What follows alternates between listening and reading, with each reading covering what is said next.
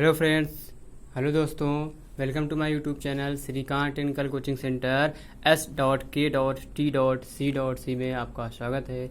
आप लोग जैसा कि कंटिन्यू स्टडीज कर रहे होंगे और मैं आपको डॉक्टर मनोहर रे की बुक पढ़ा रहा हूँ। आप लोग वो भी NCERT पैटर्न में ही है, तो आप लोग ज़्यादा से ज़्यादा लोगों को शेयर कीजिए, लाइक भी कीजिए, सब्सक्राइब भी कीजिए। और आगे देखते हैं। आपको आज मैं बताने जा रहा हूँ एक्सरसाइज 1.D। आपको दिखाते हैं 1.D एक्सरसाइज। ये देखिए लिखी हुई है 1.D एक्सरसाइज। एक जस्ट सेकेंड वेट कीजिएगा, थोड़ी सी ब्राइटनेस में बढ़ा दूँ इसकी। ब्राइटनेस बढ़ी नहीं है, अब आपको अच्छा सा क्लीन दिख रहा होगा। ठीक है, ये तो आप एक्सरसाइज दिख रही होगी आपको। 1.D प्रश्नावली लिखी हुई है। अब देखिए 1.D के लिए कुछ पॉइंट्स आपको बता रहा हूँ मैं, आप लोग वो कुछ पॉइंट्स भी देखिएगा। लिखी हुई है प्रश्नावली 1.D। पॉइंट्स दिए हुए हैं, क्या दिए हुए हैं कि आपको वेन आरेख के बारे में थोड़ा सा जानना है कि वेन आरेख क्या होता है, वेन आरेख में कैसे बनते हैं, वेन आरेख के चित्र क्या होते हैं। वेन आरेख से आप लोग को A union B, A intersection B, A minus B, B minus A dash, B dash कैसे निकालना होते हैं आपको, वो आपको देखना है कि A minus B, A inverse, B inverse हम कैसे निकालेंगे। देखेंगे, आपको दिखाते हैं। प्रश्नावली तो लिखी हुई है, आपके पास ही रखी हुई है प्रश्नावली। मैं आपको कुछ पॉइंट्स बनाए हुए हैं, तो आप लोग उसमें देखिएगा। नोट्स में मैं दिखा रहा हूँ आपको, तो देखिएगा लिखा हुआ है। एक्सरसाइज भी लिखी हुई है। प्रश्नावली 1.D लिखी हुई है। वेन आरेख चित्र मतलब वेन डायग्राम आप कैसे बनाएंगे, किस तरीके से करेंगे, वो भी आपको दिखाते हैं। तो लिखा हुआ है वेन आरेख को आपको बनाना है, कुछ करना नहीं है।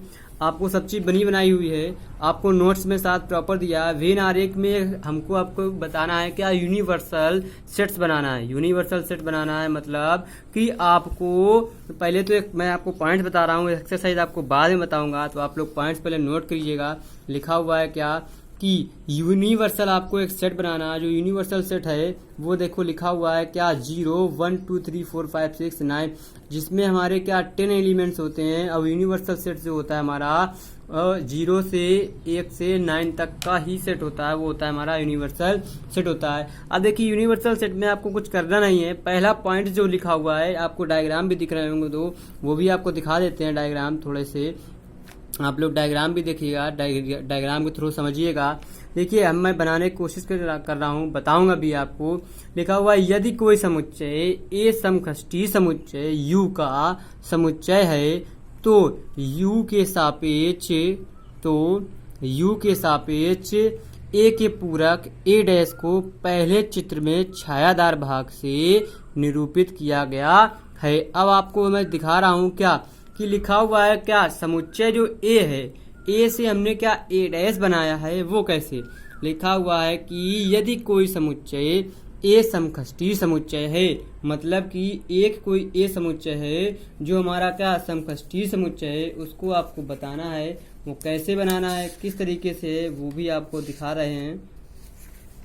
ठीक है, तो यू समुच्चय के पूरक जो हमारा यूनिवर्सल में ए दिया हुआ है, ए से ए डैश निकालना होगा। अगर मैंने एक यूनिवर्सल सेट बनाया है, अब उसी में मैंने क्या, इसी पे जैसे मैंने जे बनाया, अब इसमें जे हमारा यूनिवर्सल है, 0 से 9 तक संख्या दी हुई है और 1 की संख्या दी हुई है। मैंने मान ली 1 2 3 दिया हुआ है। अब ये 1 2 3 जो दिए हुए हैं उससे हम ए डैश निकालेंगे, तो मतलब जो ए का भाग है वो तो हमारा 1 2 3 इस पूरे में से है, तो वो मैंने ए को अलग कर दिया है और जो बाकी जो बचा है उसको मैंने क्या कर देंगे, वो मैं इसको डॉट कर दूंगा, तो वही हमारा ए डैश बन जाएगा। ठीक है, तो इसी को हम ए डैश बना लेंगे।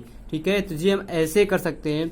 ऐसे ही लिखा हुआ है, जैसे यूनिवर्सल में ए बी लिखा हुआ है, तो बी के अगर पॉइंट दिए हुए हैं, जैसे मैंने मान लिया 1 2 3 दिए हुए हैं, तो उससे मैं ए निकालूंगा। तो मतलब पूरक समुच्चय जो होते हैं वो जो होता है यूनिवर्सल पे जो दिया होगे, वो पॉइंट को हम उसको एक सर्कल के साथ अंदर बंद कर देंगे, वो हमारा पूरक हो जाएगा और जो बाकी जो पार्ट बचेगा उसको हम छायादार कर देंगे। अब इसमें देखिए इसी के अंदर यूनिवर्सल निकाल।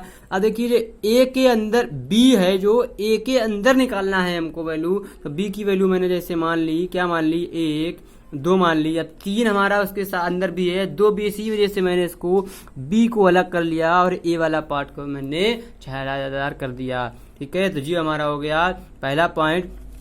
दूसरा पॉइंट दिया हुआ है, आप लोग उसको भी देखिएगा। दूसरा पॉइंट दिखा रहे हैं, लिखा हुआ है क्या, आप लोग को डायग्राम भी दिखाएंगे। पहले 2 पॉइंट देख लेते हैं। जैसे समुच्चय ए का अंतर छायादार भाग से प्रदर्शित है, तो आपको बताना है कि ए के अंतर में क्या होगा। तो अब देखिए जैसे लिखा हुआ है, हम निकालेंगे ए माइनस का बी। ए माइनस का बी निकालने के लिए क्या करना पड़ेगा, कुछ भी नहीं करना है आपको, सिर्फ और सिर्फ एक चीज करना है, क्या वो मैं बता रहा हूँ आपको।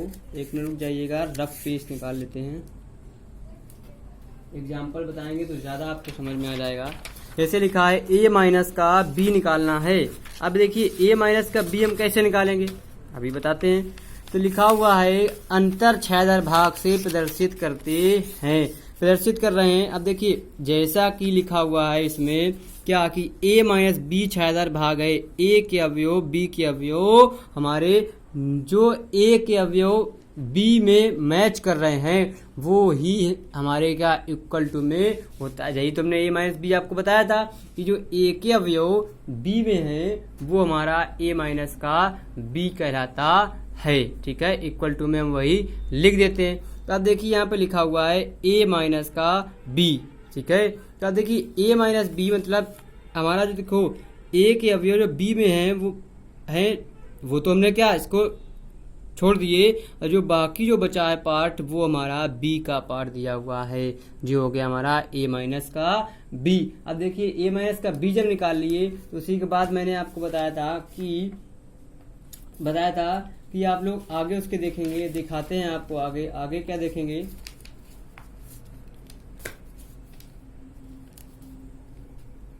ठीक है। अब देखिए बी माइनस का ए निकालेंगे तो बी माइनस का ए, जैसे मैंने आपको देखो यहाँ पे एग्जांपल बता रहा हूँ आपको, डिजिट में ज़्यादा समझ में आ जाएगा। ए इक्वल टू मैंने 1 2 3 4 मान लिया। अब बी इक्वल टू में मैंने मान लिया क्या 2 3 5 मान लिए। ठीक है, ठीक। अब देखिए हमने निकालना है जैसे ए माइनस का बी जो निकालेंगे। अब देखिए हमारे क्या 2 3 4 जो दिया हुआ है वो तो हमारे मैच कर रहे हैं, इस पे जो मैच कर रहे हैं, और एक नहीं मैच कर रहा तो हमारा जो एक जो आ जाएगा ए के अवयव बी में जो मैच करते हैं वो छोड़ देते हैं, और जो ए में बचते हैं वो ए माइनस बी इक्वल टू में लिख देते हैं। तो वही हमने यहाँ पे किया है। वही यहाँ पे आपको क्या करना है, छायादार भाग में बी माइनस का ए निकालना है। हमने बी और ए के 2 सर्किल बना दिए, जैसे यहाँ पे हमने बना लिए। ठीक है, अब देखिए यहाँ पे यूनिवर्स में निकालना है हमको, क्या निकालना है, बी माइनस का ए निकालना। अब बी के जो अवयव हैं वो हमारे ए में जो मैच करेंगे उनको छोड़ देंगे, और बाकी जो बी के अवयव बचेंगे मैच सिमिलर नहीं है, समान नहीं है, तो आपको क्या उसको हाईलाइट कर देना है, वही हमारा बी माइनस का ए हो जाता है। ठीक है, ऐसे तो आपको बी माइनस का ए पता चल गया। अब देखिए इसे लिखा है बी डैश छायादार भाग है। अब देखिए बी डैश निकालना है, तो बी डैश निकालने के लिए आपको क्या करना पड़ेगा। अब देखिए बी डैश में हमने क्या बताया था कि जो ए और बी के अवयव हैं, आपको मैंने बी डैश नहीं बताया है, बी डैश में भी बता देता हूँ आप लोग, तो बी डैश निकालना आसानी रहेगी।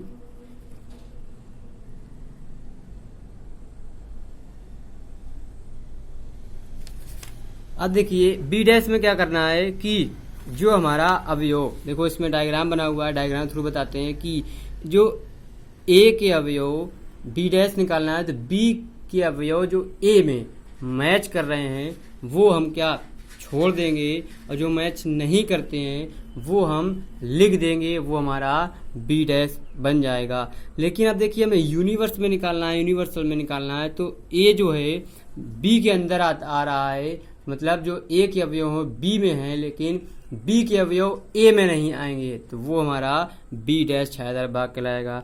यही हमारा ए डैश छायादार भाग। देखिए ए डैश जब निकालेंगे तो जो ए के अवयव बी में मैच कर रहे हैं, समझना, ए के अवयव जो बी में मैच कर रहे हैं वो छोड़ देंगे, और जो ए के अवयव बी में मैच नहीं करेंगे वो लिख देंगे, तो वही हमारा ए डैश बी डैश को भी छायादार कर देगा। जैसा कि मैं आपको एग्जाम्पल बता रहा हूँ, एग्जाम्पल देखिएगा, हमको क्या ए डैश या बी डैश निकालना है। तो यूनिवर्स हमारा क्या होता है, 1 2 3 4 5 6 7 8 9, ठीक है, 9 तक लिख लिए हमने। तो अब उसके आगे हमको निकालना है क्या, 8। अब जैसे हमने ए का अवयव लिख लिए हमने क्या, 1 2 3 4, ठीक है। बी के लिख लिए हमने क्या, 5 6 7 8 9 लिख लिए। अब देखिए हमको निकालना क्या है कि ए डैश निकालिए। ए डैश निकालने के लिए क्या करना पड़ेगा हमको, जो ए के अवयव हैं, ए डैश निकालने के लिए जो हमारे ए के अवयव हैं वो यूनिवर्स मतलब यूनियन में हम इसको सर्च करेंगे। अब देखिए यहाँ पे 1 2 3 4 तो दिए हुए हैं, जो दिए हैं वो छोड़ देंगे, जो बचे हुए हैं उनको हम लिख लेंगे, वही हमारा ए डैश बन जाएगा। 5 6 7 8 और जे 9 बन जाएगा। अब देखिए जब बी डैश, अगर हम बी डैश निकालेंगे तो बी डैश का मतलब 5 6 7 8 9 छोड़ देंगे और जो चीज बची है वो हम उसको लिख लेंगे, वही हमारा बी डैश बन जाएगा। अब देखिए जी हमारे ए डैश बी डैश आपको समझ में आ गए होंगे। मतलब क्या है कि ए डैश और बी डैश आपको क्या करना है कि जो वैल्यू हमको मैच कर रही है वो हम छोड़ देंगे और जो मैच नहीं कर रही है वही हम यूनियन की वैल्यू अपने ए डैश बी डैश में लिख देंगे, ठीक है। तो जी आ गया आपको ए डैश और बी डैश समझना सीख लेना है। मतलब ए माइनस का बी, ए माइनस बी क्या होता है, ए माइनस बी होता है हमारा कि जो अवयव हमारे ए के अवयव बी में मैच कर रहे हैं वो छोड़ देंगे और जो नहीं मैच कर रहे हैं ए के अवयव ही हम ए माइनस बी बराबर लिख देंगे। ऐसे ही हमारा क्या है ए डैश, ए डैश जो होता है हम एक यूनियन बनाते हैं। यूनियन में हमारा क्या होता है, जितने भी डिजिट उसने क्वेश्चन में आपको देगा, नहीं देगा तो हम यूनियन मान लेंगे 1 2 3 4 या 0 1 2 3 4 9 तक मान लेंगे। उसके बाद हम ए का जो मान दिया है वो यूनियन पे सर्च करेंगे, मतलब मैच करेंगे। जो अगर मैच कर जाएंगे उनको यूनियन से छोड़ देंगे, बाकी जो चीज वैल्यू बचेगी वही हम ए डैश बराबर लिख देंगे, ठीक है। ये तो हमारा हो गया ए डैश। बी डैश का मतलब है जो हम बी डैश में बी के अवयव जो हम यूनियन में सर्च करेंगे, अगर जो मैच कर रहे होंगे वो छोड़ देंगे, बाकी जो चीज मैच नहीं कर रही होगी वो हम यूनियन में वही हम इक्वल टू में बी डैश के लिख देंगे। जो थोड़ा आपको समझना है, सुनना, एक बार जब सुन लेंगे समझ लेंगे तो आप लोगों को सवाल अच्छे से आ जाएगा, ठीक है। आगे देखते हैं, आगे आपको दिखाते हैं। आगे क्या आपको ये डायग्राम समझ में आ गए होंगे। आगे आपको लिखा हुआ है क्या, समुच्चयों का सम्मिलन। अब देखिए union of set, union of set जो है वो कैसा है, यूनियन ऑफ सेट लिखा हुआ है कि यदि ए और बी दो समुच्चय हों तो उन सभी अवयवों का समुच्चय, उन सभी अवयवों का समुच्चय जो या तो ए में है या बी में है या ए बी दोनों में है और ए और बी का सम्मिलन अथवा संग यूनियन कहलाता है। जैसे ए और बी के सम्मिलन को ए यूनियन बी द्वारा सूचित करते हैं। अब देखिए जैसे हमारा यूनियन होता है, यूनियन का मतलब होता है हमारा एक सम्मिलन। हमने जैसे क्या कई सारे वर्कर, जैसे कि हमारे कई सारी, देखिए ये हमने क्या, एक हमारा ये देखिए, एक हमारा ये हमने मान लिया ये एक फल दिखा हुआ है, एक जे रखा हुआ है, एक जे रखा हुआ है, एक जे रखा हुआ है, हमारे फ्रूट्स रखे हुए हैं, एक जे रखा हुआ है, एक जे ये सारे हमारे अलग अलग हैं। अब अलग अलग होने पर जो हमने क्या फ्रूट्स मान लिए, फ्रूट्स हैं हमारे, फ्रूट्स लिख दिए, एफ कर दिया। अब देखिए जी हमारे फ्रूट्स अलग अलग रखे हुए हैं तो जी इनका सम्मिलन नहीं दिया हुआ है और इन्हीं को मैंने सारे फ्रूट्स को एक साथ कर दिया, एक साथ मतलब सारों को कलेक्ट कर दिया तो जी हमारा एक सम्मिलन बन गया।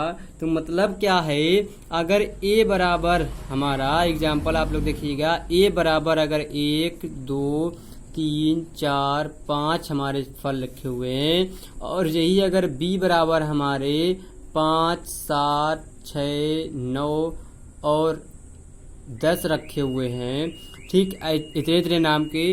अब इन्हीं को हम अगर सम्मिलित कर देंगे, सम्मिलित कर देंगे, समुच्चय दोनों को सम्मिलित कर देंगे तो हम क्या करेंगे, ए यूनियन बी मिलाकर लिखेंगे तो क्या 1 2 3 4 5 6 7 और 9 और 10 जी हमारा बन गया सम्मिलन समुच्चय बन गया। मतलब कितने भी चीजें दी हों, अगर अलग अलग दिए हुए हैं ए बी सी डी के मान, तो उनको हम एक साथ करने के लिए क्या करेंगे, यूनियन का साइन लगाएंगे। मतलब एक समुच्चय को सम्मिलन समुच्चय बना लेंगे। ठीक है, तो वो हमारा बन जाएगा, यूनियन का एक साइन लगा देंगे तो सम्मिलन का समुच्चय बन जाता है। ठीक है, अब देखिए यही चीज हमने नोट में लिखी हुई है। क्या ए और बी में सम्मिलन की परिभाषा इस प्रकार दी जा सकती है। किस प्रकार, ए यूनियन बी का मतलब होता है कि x colon x belong to A और x बिलोंग टू बी। मतलब क्या हुआ, जो हमारा ए जो दिया हुआ है वैल्यू 1 2 3 दिए हुए हैं और b का मान दिया हुआ है 4 5 6 दिया हुआ है, तो हम इसको लिख सकते हैं क्या कि x colon x belong to A या x बिलोंग टू b। मतलब ये है जो x हमारा दिया हुआ है, एक सम्मिलन बना दिए हैं 1 2 3 4 5 6, इस a के मान अवयव x में हैं और b के अवयव भी हमारे x में दिए हुए हैं। ये हमारा x कोलन एक्स का अवयव सम्मिलन, इसी को हम पढ़ेंगे क्या, a यूनियन बी। तो ये हमारा हो जाएगा ए यूनियन बी, आप लोग पढ़ सकते हैं, यही हमारा ए यूनियन बी कहलाएगा। अब इसी को हम डायग्राम के थ्रू देखो कैसे बनाएंगे। डायग्राम भी बना हुआ है, आप लोग को डायग्राम भी दिखाते हैं, क्योंकि थ्योरी के साथ साथ आपको डायग्राम भी बनाने पड़ते हैं, क्योंकि जो क्वेश्चन आप डायग्राम के थ्रू सॉल्व करेंगे वो आपको ईजी लगेंगे और थ्योरिकल के थ्रू सॉल्व करेंगे तो वो आपको थोड़ा टफ लगेंगे। टफ भी नहीं लगेंगे, दोनों बता रहे हैं, इसी वजह से वेन आरेख भी बना रहे हैं। आपको देखिए वेन आरेख भी बनाया है, लिखा हुआ है क्या, अगर हमारा ए जो लिखा हुआ यूनियन बी के साथ, मतलब पहले वाले में क्या है, बी ए का उप समुच्चय है, मतलब बी के अवयव ए के अवयव हैं तो वो हमारा बी का उप समुच्चय हो जाएगा। ठीक है, अब दूसरा लिखा है ए और बी। अब देखिए ये दोनों अलग अलग हैं, अलग अलग हैं तो ए और बी असंयुक्त हैं, मतलब इनमें कोई हमारी समानता नहीं है। कैसे नहीं है, अब देखिए जैसे हमने ए बी का ए उप समुच्चय है, मतलब हमने क्या बताया था, इसको लिख सकते हैं हमारा क्या, ए सबसेट बी, मतलब क्या बी के अवयव, ए के अवयव जो हैं बी के अवयव भी हमारे हैं, तो इसको पढ़ सकते हैं उप समुच्चय। अब देखिए ऐसे लिखा हुआ है इसको, अब इसको क्या करते हैं कि ए और बी हमारा अलग अलग दिया हुआ है। सेकंड नंबर में बता रहा हूँ, सेकंड नंबर आप लोग देखिएगा, सेकंड नंबर इसी को बताता हूँ। जैसे कि हमारा यूनियन दिया हुआ है 1 4 5 6 3 और 2 ये दिए हुए हैं। अब देखिए ए के जो अवयव दिए हुए हैं हमारे दिए हुए हैं क्या, 8 6 8 ठीक 7 9 ठीक, और बी के जो अवयव दिए हैं वो बिल्कुल डिफरेंट दे दिए हैं 10 11 12। देखिए यूनियन में जी हमारे मैच कर रहे हैं, नहीं कर रहे हैं। यूनियन में एक तो कर रहा है लेकिन जे वाला बिल्कुल नहीं कर रहा, इस वजह से हमने इसको क्या यहाँ पे जैसे मैंने रख दिया क्या 10 भी रख दिए हैं। अब देखिए ये इस पे तो मैच कर रहे हैं, ना कि ए और बी में कोई रिलेशन नहीं है, इसी वजह से हमने इसको क्या अलग अलग बना दिया और इसको क्या बोल देंगे, असंयुक्त समुच्चय है। अब देखिए तीसरा पार्ट जो दिया हुआ है, अब देखिए दोनों हमारे क्रॉस कर रहे हैं तो ये लिख सकते हैं ए और बी असंयुक्त नहीं है। तो प्रत्येक आकृति में ये यूनियन बी छायांकित भाग दिया हुआ है। अब देखिए ये हमारा ए जो हमारा बी के अवयव ए में है और ए और बी दोनों के अवयव हमारे यूनियन में दिए होंगे। अब देखिए जो हमारा ए और बी जो दिया हुआ है अवयव तो है लेकिन यूनियन में हमारे मैच करेंगे तब भी ए यूनियन बी बनेगा, ऐसे भी ए यूनियन बी आ जाएगा और ऐसे भी ए यूनियन बी आ जाएगा। ऐसे का मतलब हो गया तो ए और बी असंयुक्त नहीं है हमारे। जी हो गया हमारा आप लोगों को संयुक्त यूनियन के बारे में बताया आपको। अब आप लोग को बताते हैं हम क्या, अब आप लोग देखिएगा इसके सम्मिलन की सक्रिया के कुछ गुणधर्म। हमारे देखिए कुछ प्रॉपर्टीज होती हैं जो बुक में दी हुई हैं, आपको इस पे दिखाने से अच्छा है मैं आपको समझाते जाऊंगा, तो आप लोग वहां से भी देख सकते हैं। जैसे लिखा सम्मिलन की सक्रिय के कुछ गुणधर्म लिखे हुए हैं। यदि ए बी सी 3 समुच्चय हैं तो इनका संघ या सम्मिलन निम्न नियमों का पालन करता है। जैसे हमारा देखो अब इसमें हमें क्या कुछ रूल्स हैं वो हमको फॉलो करने पड़ेंगे। मतलब क्या, उनको जानना पड़ेगा, जानने के साथ साथ उनको लगाना पड़ेगा, उनको सॉल्व करना पड़ेगा जो हमारे रूल्स दिए हुए हैं। अब जैसे उसने पूछ दिया कि क्वेश्चन में दे दिया कि वर्ग सम नियम को प्रसिद्ध कीजिए। अब हमको कैसे सिद्ध करेंगे, हमको पता ही नहीं वर्ग सम नियम क्या होता है, तो ऐसे नियम को आपको याद करना है। वर्ग सम नियम क्या है, A union A is equal to में ए। अब देखिए इसको हम प्रूविंग कैसे करेंगे। जैसे अब हमको अगर किसी ने दिया नहीं है इस पे, तो आप लोग को लगा सकते हैं, क्या कर सकते हैं, जैसे कि आपको अगर दी नहीं है प्रूविंग, तो हम बता रहे हैं आपको प्रूविंग करने के लिए क्या करना है कि अगर हम लेट कर लें, माना 2 तरीके से बताएंगे आपको देखने में। जैसे लिखा हुआ है कि ए इज इक्वल टू हमने मान लिया क्या 1 2 3 4, और यही हमने यूनियन पे भी मान लिया 1 2 3 4, तो हम A union A is equal to में क्या करेंगे 1 2 3 4, तो यही हमारा A union A is equal to में आ जाएगा हमारा ए। ठीक है, तो ये हमारा हो जाएगा वर्ग सम नियम। अब इसी को हम लिख सकते हैं x बिलोंग टू ए या x बिलोंग टू यूनियन, तो ये भी हम ऐसे सॉल्व कर सकते हैं। ठीक है, अब यही हमारा क्रम विनिमय नियम। क्रम विनिमय नियम क्या होता है, ए यूनियन बी या बी यूनियन ए के अवयव बी में है वो भी यूनियन, बी के अवयव ए में है तब भी यूनियन। इसकी भी प्रूविंग आपको बता देते हैं, आप देखिएगा इसकी भी प्रूविंग है। क्या लिखा हुआ है, ए इज इक्वल टू मैंने मान लिया 1 2 3 4, और B is equal to B हमने मान लिया 1 2 3 4।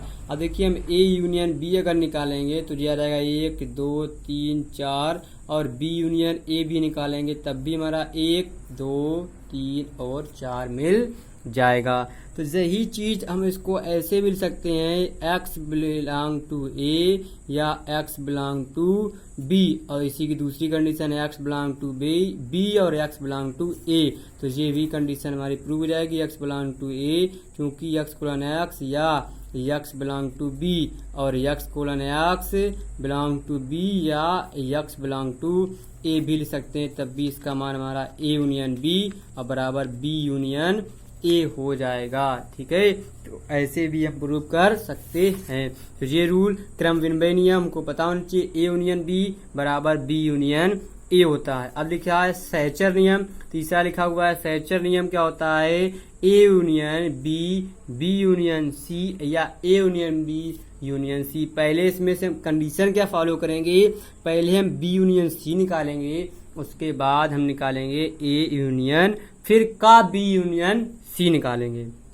इसमें ए यूनियन बी निकालेंगे पहले, उसके बाद यूनियन सी निकालेंगे। फिर लिखा है तत्समक नियम, आइडेंटिटी लॉ लिखा हुआ है। तत्समक नियम क्या होता है, ए यूनियन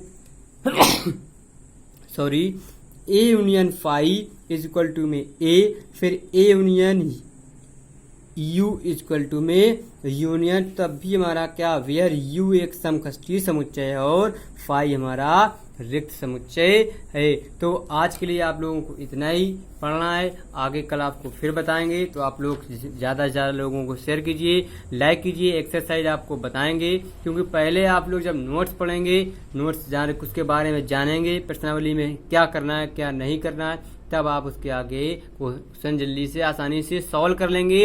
अगर मैं नहीं भी बताऊंगा तब भी आप लोग क्वेश्चन लगा सकते हैं, इसीलिए मैं आपको पहले उसकी थ्योरी बताता हूं, आप लोग थ्योरी देखिएगा, फिर लगाने की कोशिश कीजिएगा।